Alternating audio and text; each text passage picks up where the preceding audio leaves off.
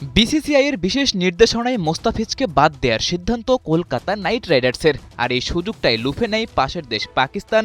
ওদের league PSL বেশ ঘটা করে স্বাগত জানিয়েছে বাংলার কাটার মাস্টারকে। তবে মোস্তাফিজ শুধু একাই নয়, এবারের পিএসএল এরই মধ্যে নাম লিখিয়েছেন আরও এক ঝাঁক ক্রিকেটার। দেশটির গণমাধ্যম বলছে অন্তত ১০ জন বাংলাদেশি ক্রিকেটার এরই মধ্যে নিজেদের নাম নিবন্ধন করেছে পিএসএলে।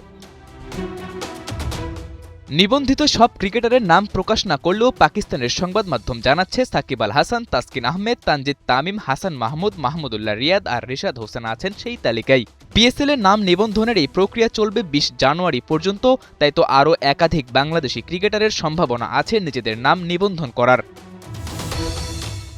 তবে আইপিএলের সাথে বৈরিতার কারণে যে এবার বাংলাদেশি ক্রিকেটাররা পিএসএল এর দিকে ঝুঁকছে ব্যাপারটা এমনও নয়। এর আগের আসরগুলোতেও একঝাঁক বাংলাদেশি ক্রিকেটার নিয়মিতই নাম লেখাতো পিএসএল ড্রাফটে। গেল আসরেও যে সংখ্যাটা ছিল ২১, তবে সেখান থেকে দল পেয়েছিলেন লিটন দাস, সাকিব আল হাসান, রিশাদ হোসাইন আর নাহিদ রানা।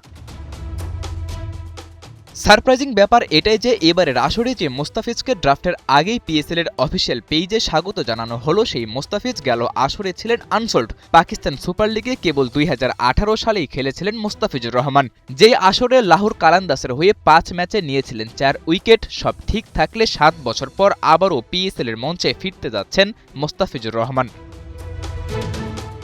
এবারের আইপিএল নিলামেও মুস্তাফিজের সাথে নাম ছিল তাসকিন রিশাদের। নিলামের আগে যাদের নিয়ে আগ্রহের খবর ছাপিয়েছিল খোদ ভারতীয় সংবাদ মাধ্যমগুলোই, কিন্তু নিলামের টেবিলে কেউই ওদের দিকে আগ্রহ দেখায়নি।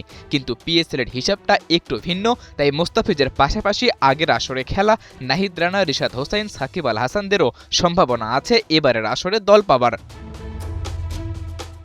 সাদাতুর রাফি, ৭১।